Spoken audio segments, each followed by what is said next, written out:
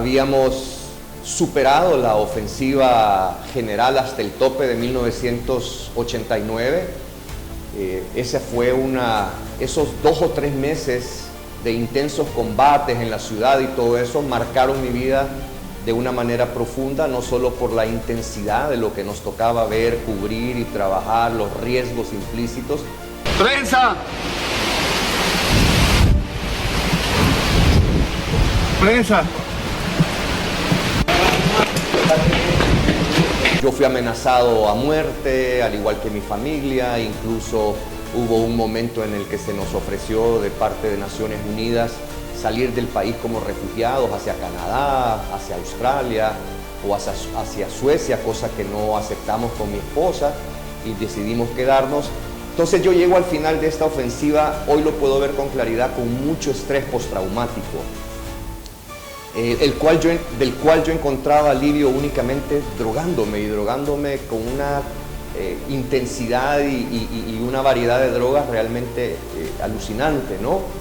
Entonces llega el día, más bien una noche, en la que mi consumo de cocaína, de alcohol, de marihuana y de otras cosas, pues hace una explosión, y yo termino esa noche en un hospital, en una sala de emergencias, con un paro respiratorio, con una paranoia pues espectacular y básicamente colapso. Básicamente tengo un colapso emocional, físico, espiritual en todo sentido, y cuando yo me despierto al día siguiente en aquel hospital, empiezo a experimentar una sucesión de ataques de pánico. Llaman a un psiquiatra, me hacen una evaluación, el psiquiatra pues dice, bueno, ese es el resultado de tu consumo de drogas, ahora tú tienes que entrar en un proceso de recuperación largo, en un proceso de terapia largo, y cada vez la palabra largo se repetía, y básicamente yo veo en ese momento mi vida destrozada. Aquel periodista que en ese momento ya era un corresponsal de guerra para una cadena internacional, que era un entrevistador famoso acá en El Salvador, reconocido, un hombre muy respetable a los ojos de la gente que no conocía mi vida oculta. Todo eso se desmorona, y uno de los sentimientos que yo recuerdo de forma más viva en este momento es la sensación de que mi vida se estaba yendo por un despeñadero. Fue en esas circunstancias, postrado en mi casa, con ataques de pánico permanentes, después de haber perdido 30 libras de peso porque no comía, tenía pensamientos suicidas, vivía en un estado paranoico, me daba pánico la sola idea de regresar y pararme ante una cámara, no podía tomar un periódico en mis manos porque no podía concentrarme, no podía leer. Fue en ese estado en el que yo me recuerdo perfectamente bien, sentado en el suelo de mi casa, en una pequeña alfombra, cuando yo dije, en este momento que se me aparezca el diablo o se me aparezca Dios, pero yo necesito salir de esa situación. Un par de días después alguien tocó a la puerta de mi casa y me invitó a ir a un grupo de narcóticos anónimos. En la misma semana apareció alguien que invitó a mi esposa a ir a una iglesia y que me llevara a esa iglesia. Entonces se dan esas dos circunstancias en ese momento, y yo pues estaba en un punto tan frágil emocionalmente que acepto ambas invitaciones y empiezo a asistir a un grupo de narcóticos anónimos y a practicar el programa de los 12 pasos, y voy a una iglesia, cosa que yo jamás se me había cruzado por la mente. Yo era en ese momento supuestamente católico porque mis padres me habían bautizado, porque habría hecho la primera comunión, pero en mi casa, de la cual había salido yo ya hace algunos años, nunca recibí una formación, vamos a decir, espiritual.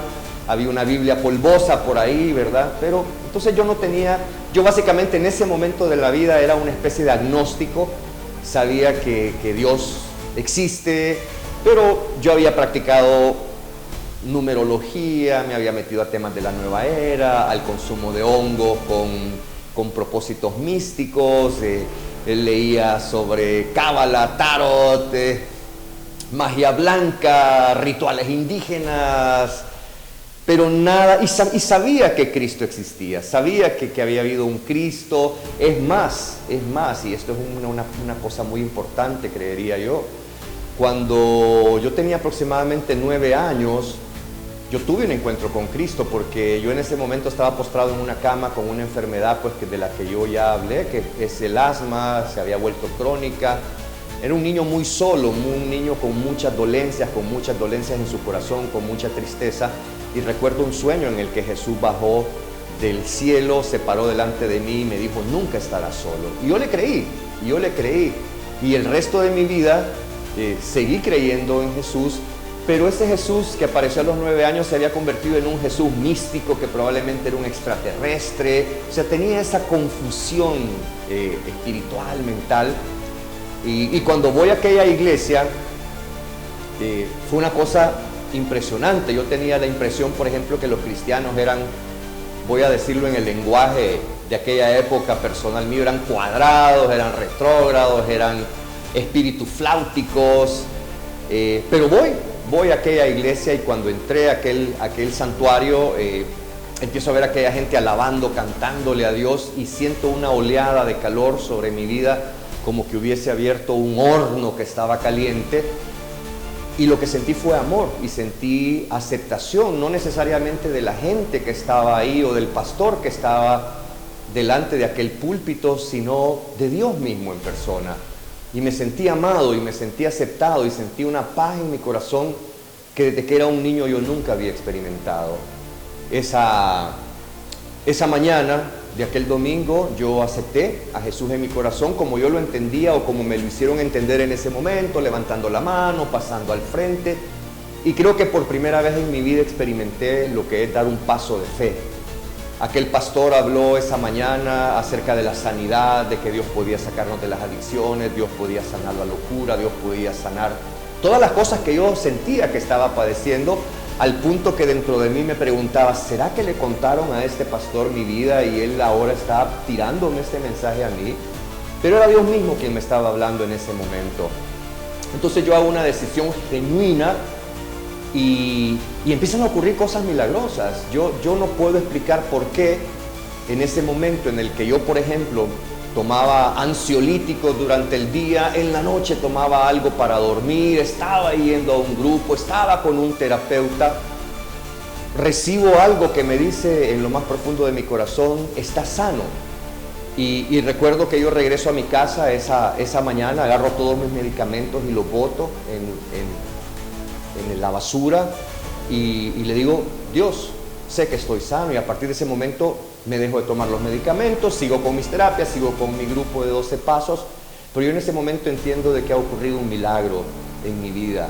Y aunque los ataques de pánico continuaron, fueron disminuyendo, aunque la ansiedad continuó, fue disminuyendo, y todo fue mejorando, fui saliendo a flote nuevamente, al punto que aproximadamente 1 mes y medio después de haber tenido mi crisis, yo estaba de nuevo trabajando, recuperando mi vida e iniciando un nuevo camino en el que ya estaba tomado de la mano de Dios, pero que no necesariamente lo hizo un camino fácil.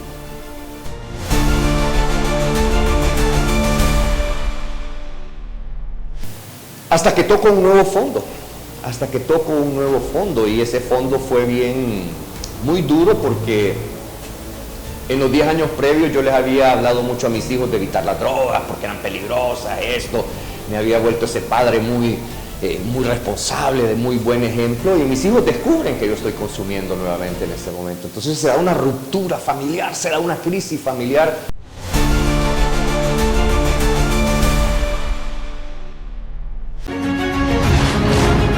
Asignación Especial 503 con Julio Rodríguez.